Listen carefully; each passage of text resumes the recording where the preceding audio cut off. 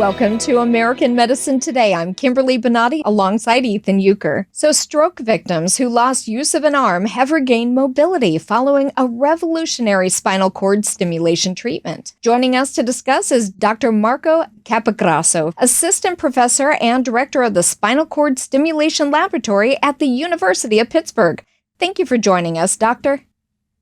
Thank you for having me. Certainly. So let's get right into it. Can you first explain how stroke causes paralysis?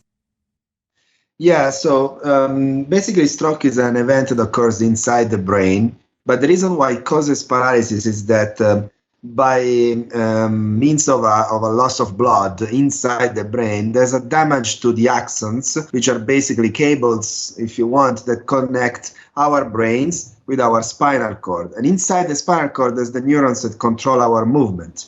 So when this connection is lost, our brain can't communicate to the cord anymore, and so we have paralysis. What actually led to the idea, like, hey, I think using little pulses of electricity might be able to, because essentially you're trying to like bridge the gap, right? Because after that, why don't you explain it? You're the doctor. I don't know what I'm talking about. Actually, I think summarized it right.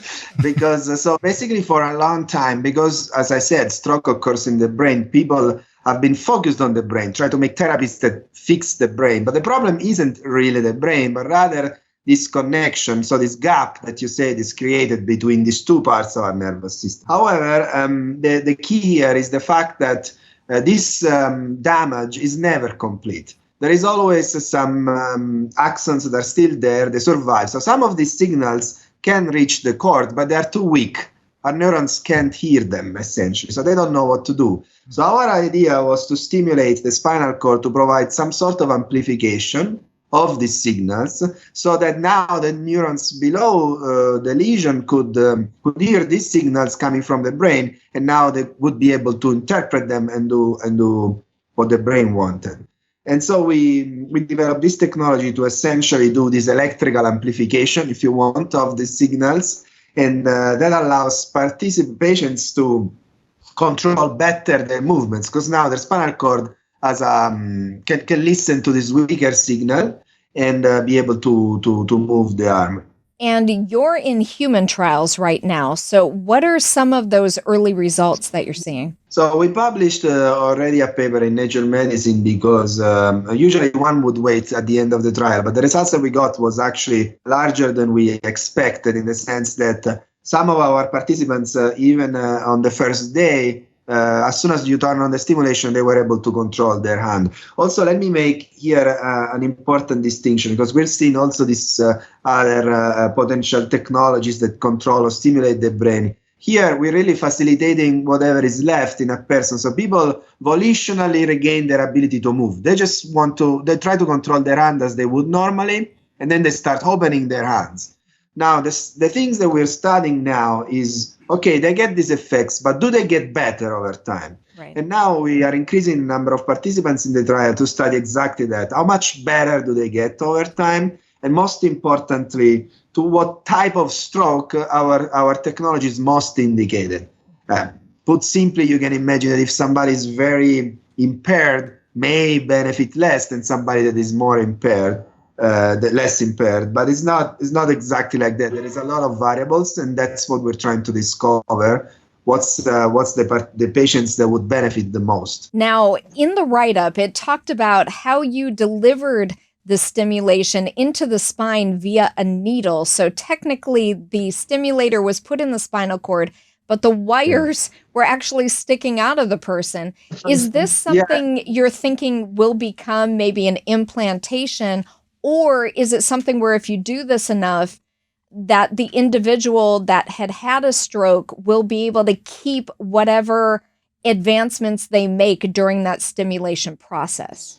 Yeah, this is a great question, actually. So we think that we want to make this into an implant. So in our study, we left the wires out just for safety reasons. It was the first time in the history that this was done in stroke. So we needed to be cautious, and that's why we did that. But right. What we want to do next is actually implant completely the system inside the body, so the patients will have the ability to control the stimulation on their own with a little device. Now, I don't think that patients will ever get rid of the stimulation, in the sense that even if they keep improving and benefiting, every time they will turn on the stimulation, they will get better. And so that additional benefit will always be there. And so you would see this as some sort of pacemaker, a device that now is part of your body and then helps you move for your entire life. Electrodes are implanted, and then so they're connected to the device that's stimulating, and that allows for the movement. But as soon as the stimulation is turned off, what's the percentage that remains and they retain versus does it completely go away? And so that's what we're studying now, actually. Okay. Because that gap that you lose when you turn on the stimulation really depends on the specific stroke. So for some participants, there's no gap. Eventually they can recover and there is no difference. From others, there is. However, I want to say something that, this sensation to control one's own body is so strong that actually some of our participants, over time, this gap reduced. At the beginning, it was really big. Whenever the stimulation was starting, there were huge improvements. And then they kept improving even when the stimulation was off, to a point that there wasn't that much difference on the measures that we could do. But psychologically, there was. Every time that the stimulation was on, for them, it felt easier. And that's quite an addictive feeling, because, suddenly you have control again of a part of your body that's been paralyzed for years. So you want to feel that. And so that's why I'm also saying that there's also a psychological component of a benefit here for people that can suddenly feel again their body, Absolutely. Actually, and Kimberly, you might recall this. We, several years ago, spoke with somebody. It's called deep brain stimulation, and it treated this man who had Parkinson's, I believe. Yes. And just sending that signal into that part of the brain that kept him from shaking. Yes. Yes. It basically cured his tremors and all of that. So I see parallels in what you're doing with stroke people. Now, my next question is, do you see this technology and research that you're conducting being applied to other conditions? Thank you for no problem. helping me out there. Yeah, so actually, I started this work in spinal cord injury. And there's already clinical trials going on for the recovery of the lower limb in Louisville, in the Mayo Clinic, in Europe, where I was. And now here in the US, we started doing this on stroke because we're focusing on the arm and hand. So certainly, yes. Now, it really depends on the type of condition. But yes, certainly spinal cord injury is one of these. There's actually promising investigations going on at the University of Washington in Seattle and also at UCLA, where they're trying to explore some sort of less invasive way to stimulate the spinal cord so that it can be done in children with cerebral palsy, children that essentially had a stroke in the womb and unfortunately they are paralyzed. We can't put an implant in them just yet, but maybe there is something that we can do in the meantime to facilitate their movements. There's researchers in the United States that are trying to do that, following what we're doing in stroke, but trying to translate into children. It's something that I think is very promising and interesting direction. And where can people learn more about what you're doing and help to get involved? So if you go on the website of the University of Pittsburgh, there is a resource called PIT plus Me. That is a website where we list all the clinical trials where one can enroll. And in fact, the federal government has a webpage called clinicaltrial.gov that you can go there and search for keywords such as stroke and spinal cord stimulation. And there will be all the active clinical trials in the country and abroad on this topic. Amazing technology. Thank you so much for what you're doing to help stroke victims move again with the spinal cord stimulation. Dr. Marco Capogrosso, thank you for being on the program. Thank you so much. Make sure you stay tuned. Coming up after the break, we'll have more. 2 neurosurgeons couldn't figure out anything that was wrong with me or what I would need surgery for. Dr. Bonati, without even seeing me, knew I was hurting, knew they could help me. First time I came in here was Monday, and today is Thursday. I've had 2 surgeries and am doing fantastic. I'm still in shock that I can walk. That's all within 4 days. Visit askbonati.com.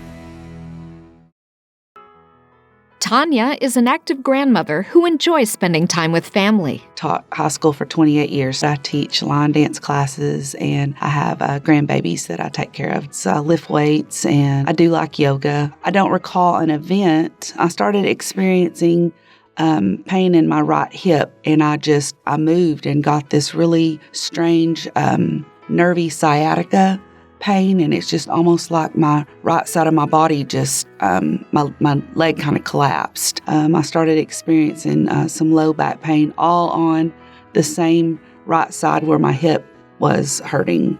It would hit me very suddenly, especially if I had been in a seated position. My leg would just go numb and it would give out. And then, of course, like I said, I have a 3-month-old grandbaby. So my biggest fear was, what if I'm holding him and I take a step and I can't, control that leg movement. I used to run a lot. I got where was not running at all. I could not ride in the car for long periods of time and driving for long periods of time. So I would avoid those situations, avoid being in the car or sitting or standing for long.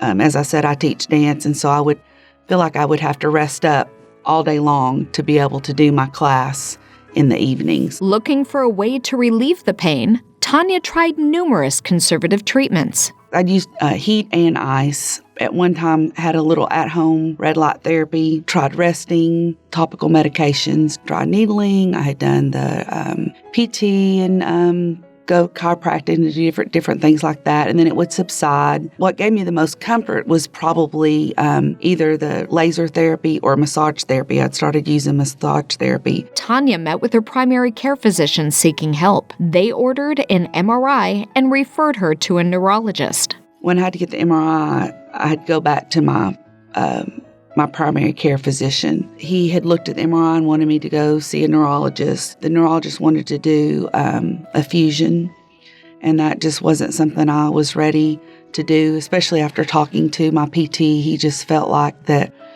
I would be kind of sliding down a slippery slope. It would be, I would get those vertebrae fused, and then it probably, in his opinion, would not be long before I would have to have other vertebrae fused. And I just, I still think I'm young at heart. I didn't want to deal with that. I wanted something that I could keep my activity level the same and something that'd be a lot less invasive. When her friend and physical therapist recommended the Bonati Spine Institute, she decided to call for an appointment. There is a lady in my hometown. I actually did not speak with her, but I spoke with her husband, and she had surgery here like 25 years ago and has not had a surgery since.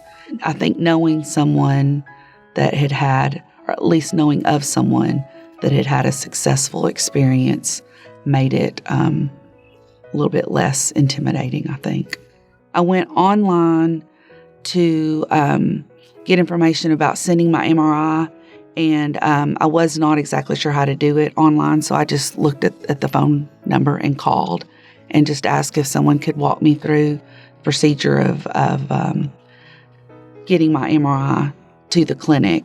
And that's when they assigned me to Jelaine, and she explained the process of how I would get my MRI through Dropbox and get it here. After I sent my MRI, I actually spoke to Dr. Bonati after he had looked at my MRI and told me that, that he felt like I would need 2 surgeries, and then got me back in touch with Jelaine. She helped me through all the paperwork and scheduling my appointment. Tanya's experience at the Bonati Spine Institute was a little different than most. Upon arriving, she was given a physical exam, received updated x-rays at the on-campus imaging center, and had her first targeted Bonati Spine procedures, all on the same day. I was very nervous, but even, just when I signed in, was very comfortable, and everyone was very nice and greeted me. My appointment was at 8, and I was here at 7:55 and got right in. I ended up having an x-rays because they already had my MRI here. Oh, that was very nice to not have to get back in and leave the grounds to go do that. We were able to walk My husband and I walked over to the imaging. It did that and then walked back over. And really by the time I got back over, they already had my images over here and was ready to consult.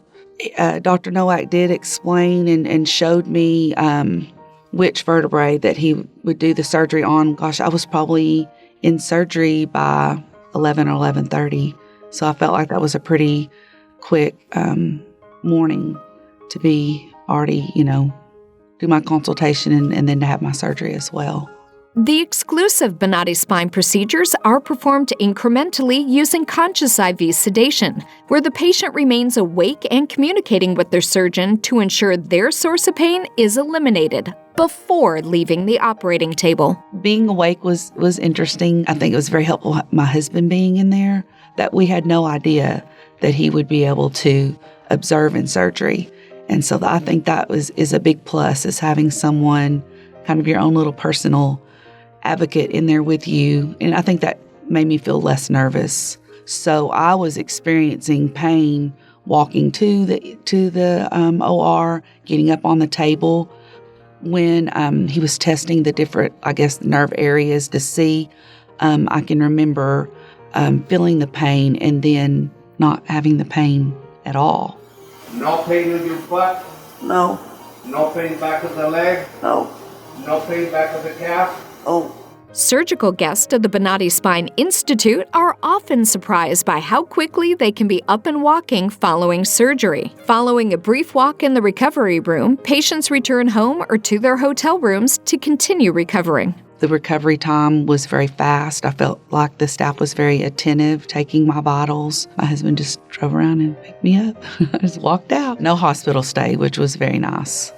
Will not have to have physical therapy, or any extra therapy, which is very nice. The main thing that is required is for me to walk, which is good because I'm very fit. I'm active anyway. That helped me a lot last night. We walked around the pier. I didn't feel quite as stiff. We're going to stay somewhat in the area. We're not going to hit the road and go back. It's about a 16-hour drive back to Arkansas. We have friends that live in Cape Coral, about 3 hours away.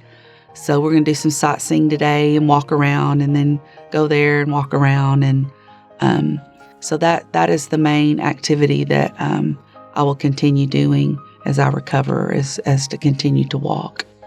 Tanya is looking forward to returning to her active lifestyle and enjoying time with her friends and family. I will definitely recommend the Bonati Spine Institute. I'm anxious to get back and tell, especially my PT who recommended the surgery center, how successful, and to also let him know to tell any of his patients that if they would like to speak to me about my experience, I would be happy to share the positive experience that I've had. I'm just looking forward to just being more confident in my movement and to not have pain, get back to my normal activities. To see more stories of recovery just like this, search the Bonati Spine Institute on YouTube, Roku, Amazon Fire TV, Google Play Store, and Apple's App Store.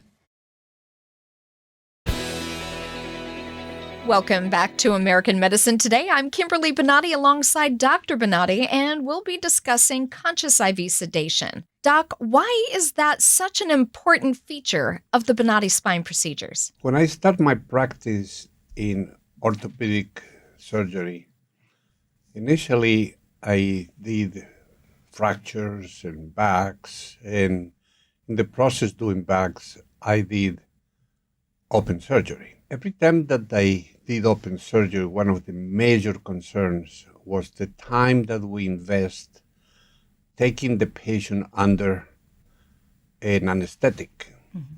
Not only the complications that can happen post-operative time, that is usually that elimination of the anesthetic through the liver, create some types of some abnormalities in older people. Right. So the concern about the treatment was not only associated with the difficulty of the surgery, mm-hmm. the time that consumed this patient under anesthesia, and the recovery of this patient post-surgery. And to eliminate that, some of the problems, we eliminate the ones that I believe they were the one that impede the patients to be treated. All right. For example, there were people that they have some liver problems, people that they have heart problems, and the anesthesiologists always fought about these patients shouldn't have surgery. Then those patients were practically put in the back line of treatment because they were not good candidates to have the surgery, but at the same time, these patients had so much pain that we need to do some solutions. And then they were treated in different ways that they were not really successful. Okay. So, And that's due to general anesthesia. That's why they weren't good candidates. exactly. Okay. I start to think, how about if we treat these patients in a different way? And that's when I start to see we need to minimize the incision.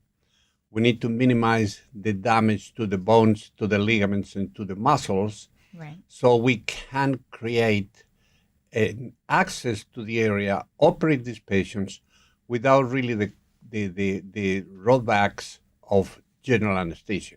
That was an initial part of how I developed those tubes to do a surgical procedure using an arthroscope and using the tubes to arrive directly to the area where the problem was located. All right. But when I did that, we're still being using general anesthesia.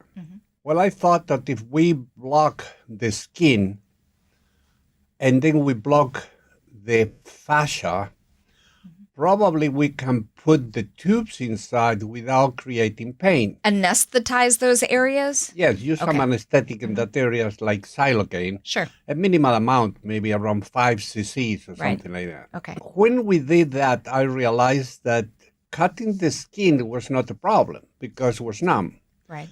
Numbing the fascia remove a lot of discomfort because the fascia is very sensitive. Right. So when we numb those areas, we were able to put the tubes to the area that we need to operate. But at that time, also we have another important element, the bones. And when we touch the bones, that was pain. All right. So the problem was, well, we need to numb the periosteum in this area.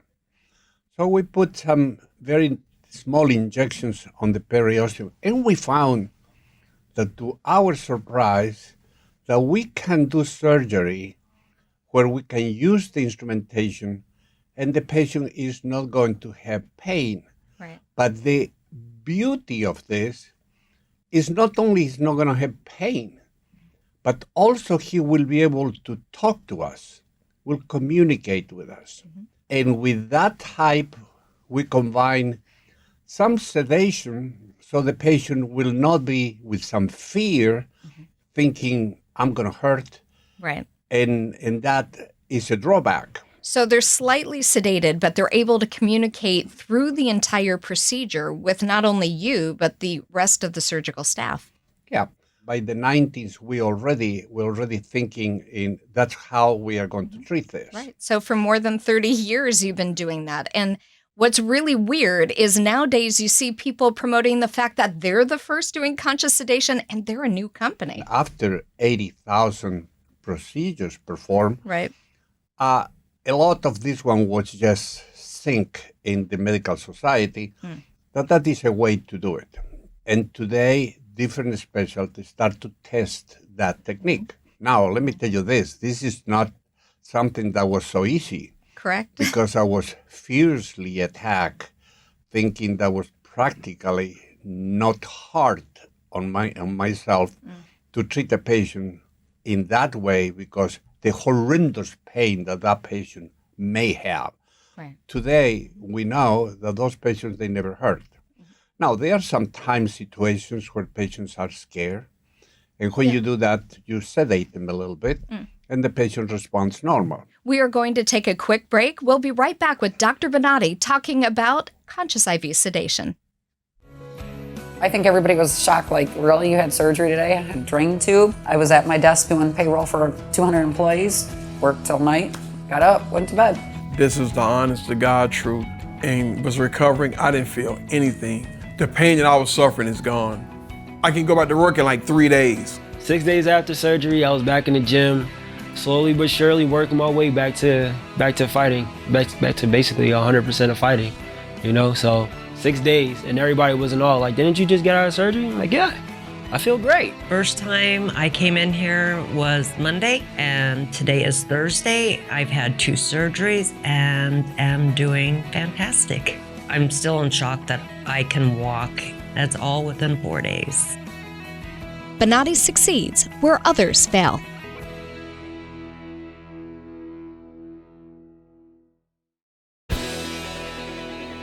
Welcome back to American Medicine Today.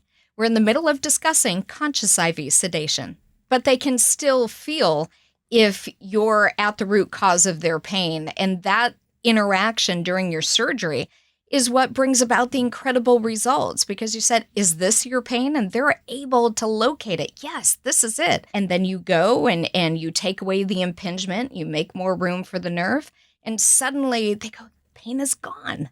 The patient becomes the owner of the body, is telling you what you are doing. Right. And if what you are doing is helping or not. Mm-hmm. And not only that, they're able to watch. And they go, oh, that's what was causing me that agonizing pain. Yet, if they were put under general anesthesia, they would never know. Usually, the general anesthesia still is necessary when you need to do procedures like open surgery in the spine. Mm-hmm. And unfortunately, people continue doing fusions. And you know my feelings about fusion. I do. I don't think they don't work. I think they are a situation where the recovery for the patient takes too long. It does. So you don't never know if the surgery worked for you or not, because you are in so much pain for so long that you expect that this is part of the treatment. And the real truth is, with our procedure, the patient is walking 1 hour after the surgery. Right. And we'll talk more about those procedures and the incredible 98.75% patient-reported satisfaction in another episode. Thank you for watching American Medicine Today. You can check us out anytime, anywhere, if you search AMT on all your streaming platforms. If you have any comments or questions, contact us at the numbers below. Or you can tweet at Dr. Bonati using the hashtag American Medicine Today or hashtag AMT. We would like to hear from you.